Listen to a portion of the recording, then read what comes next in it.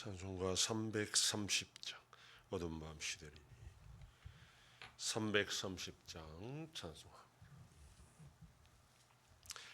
어두운 밤 시대리니 내 직분 지켜서 찬이슬 맺힐 때에 일찍 일어나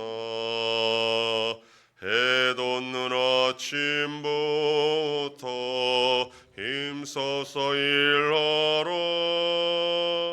일할 수 없는 밤이 속히 오리라. 어두운 밤 시되리니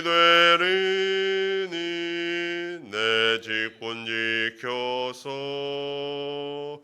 일할 때 일하면서 놀지 말아라.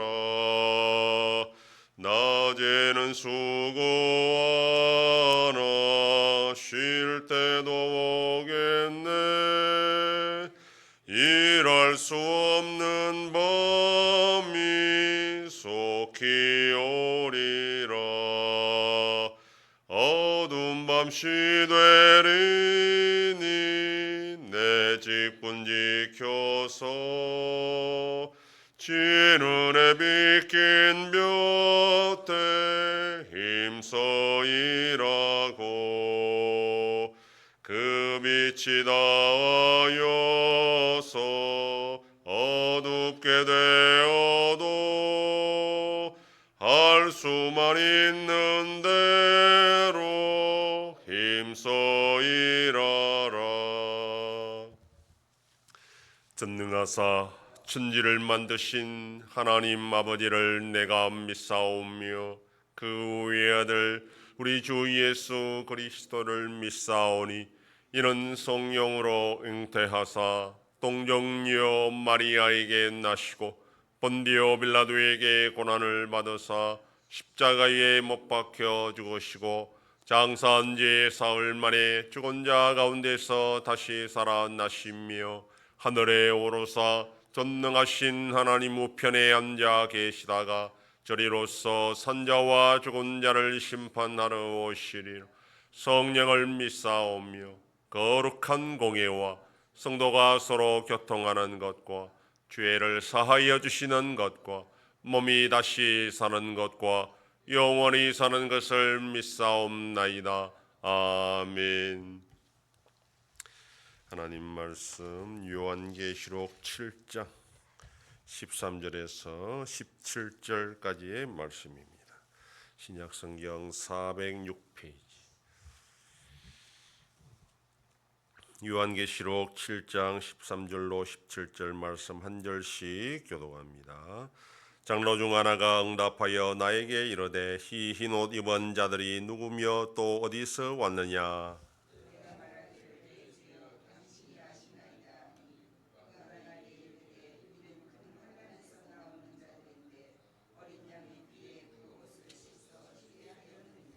그러므로 그들이 하나님의 보좌 앞에 있고 또 그의 성전에서 밤낮 하나님을 섬기매 보좌에 앉으신 이가 그들 위에 장막을 치시리니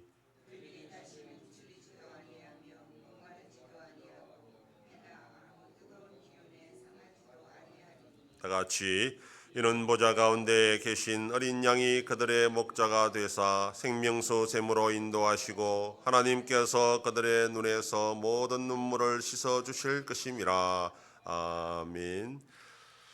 본문은 흰옷 입은 무리들의 정체에 관하여 장로 중 한 사람이 사도 요한에게 알려주는 내용입니다. 13절에서 장로 중 하나가 응답했다라고 하며 질문합니다. 문법적으로 맞지 않는 것 같지만 전체적인 내용은 사도 요한이 질문하고 장로 중 한 사람이 응답하는 형식으로 이 내용이 이루어졌다, 그렇게 이해하면 됩니다.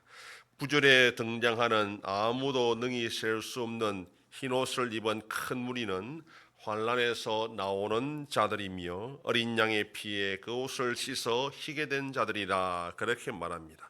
앞에서도 이미 말했지만 이들은 구원받은 성도들을 가리킵니다. 그런데 이들이 큰 환란에서 나온 자들이라 그렇게 말합니다. 큰 환란이 어떤 환란인지에 대해서 여러 가지 논란이 있지만 종말에 있을 환란을 포함하여 성도가 이 세상에서 믿음 때문에 당하는 모든 환란으로 이해하는 것이 좋습니다. 이들이 입고 있는 흰 옷은 어린 양의 피에 씻었기 때문이라 그렇게 말합니다. 이 표현은 가장 기독교적인 상징이 가득한 그런 표현입니다. 피의 옷을 씻으면 붉게 문들 수밖에 없는 것이 상식인데 오히려 희게 되었다라는 것은 그 피가 보통 피가 아니라는 것과 바로 어린 양의 피라는 것입니다. 어린 양은 예수 그리스도를 상징하고 따라서 예수 그리스도의 피를 의미하는데 그 피는 바로 정결케 하는 능력이 있다라는 것을 상징하는 내용입니다.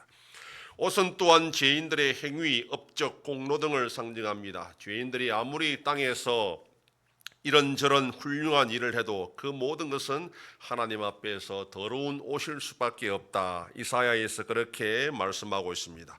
오직 자신들의 행위가 죄가 된다는 것을 인정하고 회개하여 예수 그리스도를 믿는 자들은 그 피로 말미암아 그들의 죄가 깨끗하게 씻음을 받고 예수 그리스도라는 옷을 입게 되는데 바로 이 옷을 흰 옷이라 그렇게 성경은 말합니다. 따라서 예수 그리스도를 믿음으로 예수 그리스도라는 의의 옷을 입은 것을 어린 양의 피에 그 자신들의 옷을 씻어 희게 되었다 그렇게 성경은 표현하는 것입니다. 15절로 17절은 예수 그리스도를 믿어 하나님의 자녀가 된 자들의 최후의 상태, 복락의 상태를 보여줍니다. 그들은 하나님의 보좌 앞에 있으면서 밤낮 하나님을 섬긴다 그렇게 말씀합니다. 죄인이 더러운 옷을 입은 상태에서는 결코 할 수 없는 그런 일입니다. 오직 어린 양의 피로 자신들의 옷을 희고 깨끗하게 씻은 자들만 할 수 있는 그런 복입니다. 그때 하나님께서 그들을 위해 장막을 치실 것이라 그렇게 말합니다. 장막을 친다라는 이 표현도 성경적인 상징이 들어있는 표현입니다. 출애굽한 이스라엘 백성들과 함께 하시기 위해서 하나님은 그들에게 장막을 치셨던 것입니다. 그리고 그 장막을 통하여 그들을 만나 주셨고 40년 광야 생활을 하는 동안에 그들에게 구름 기둥과 불 기둥으로 인도하고 만나를 주시고 반석에서 물을 내어 그들을 먹이셨습니다. 즉 하나님께서 죄인들 중에 계시면서 그들을 지키시고 보호하신다는 뜻이 장막을 친다라는 그런 의미입니다. 구약의 장막은 일시적으로 운영되었지만 종말에 하늘에서 이루어질 장막은 영원하여 결코 철거되거나 더 이상 이동할 필요가 없는 그런 완전한 장막이라는 것입니다. 즉 하나님과 그의 백성들이 영원히 함께 거하게 된다라는 것입니다. 구원받은 성도는 땅에 있는 동안에 겪었던 모든 괴로움과 슬픔은 더 이상 기억할 필요가 없이 목자 되시는 어린 양의 예수님을 인도를 받아 생명샘을 마시면서 하나님의 위로를 받게 된다라는 것입니다. 이것이 능히 셀 수 없는 흰옷을 입은 큰 무리들의 모습이고 바로 구원받은 성도들의 모습입니다. 이 세상을 살아가는 동안에 믿음 때문에 고난을 당할 수밖에 없지만 오히려 그것이 참된 믿음이라는 증거가 됩니다. 믿음 때문에 받은 고난은 바로 예수 그리스도의 피로 자신을 깨끗하게 한 자들이고 하나님 앞에서 그렇게 담대하게 설 수 있는 자들이라는 것을 드러냅니다. 이것은 믿음을 끝까지 지킨 성도가 받을 수 있는 가장 최고의 상태, 상급입니다. 이런 상급을 받았을 때 성도는 더 이상 땅에서 받았던 고난과 슬픔과 괴로움은 기억되지 않을 것입니다. 그러면 오늘도 우리는 바로 믿음을 지키고 살아가야 되는 이유가 여기에 있습니다. 지금 당하는 어려움과 고통을 우리가 이길 수 있는 것도 장차 받게 될 이 복락을 우리가 소망하기 때문입니다. 오늘도 그렇게 담대하게 끝까지 믿음을 지켜나가는 복된 하루가 되기를 소망합니다. 기도하겠습니다.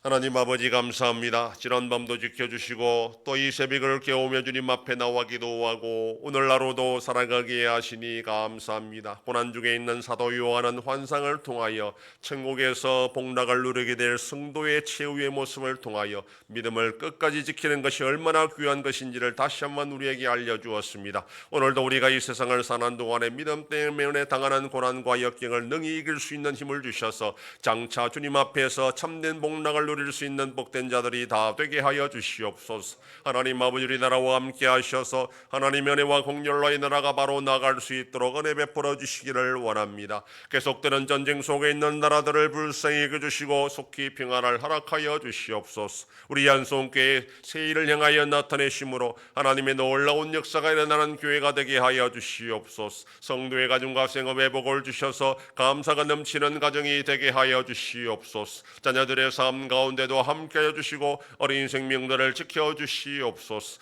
연로하신 어르신들 붙잡아 주시며 병중에 있는 성도들을 불쌍히 여기사 치료하여 주시고 회복시켜 주시옵소서. 이 새벽에도 주님께 기도하는 종들을 기억하시고 간절히 구하고 빌 때마다 들으시고 속히 응답하여 주시옵소서. 감사드리며 예수님 이름으로 기도드립니다. 아멘.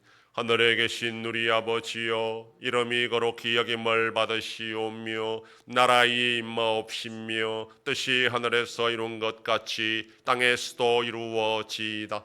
오늘날 우리에게 일용할 양식을 주옵시고 우리가 우리에게 죄 지은 자를 사하여 준 것 같이 우리 죄를 사하여 주옵시고 우리를 시험에 들게 하지 마옵시고 다만 악에서 구하옵소서. 대개 나라와 권세와 영광이 아버지께 영원히 싸움나이다. 아멘.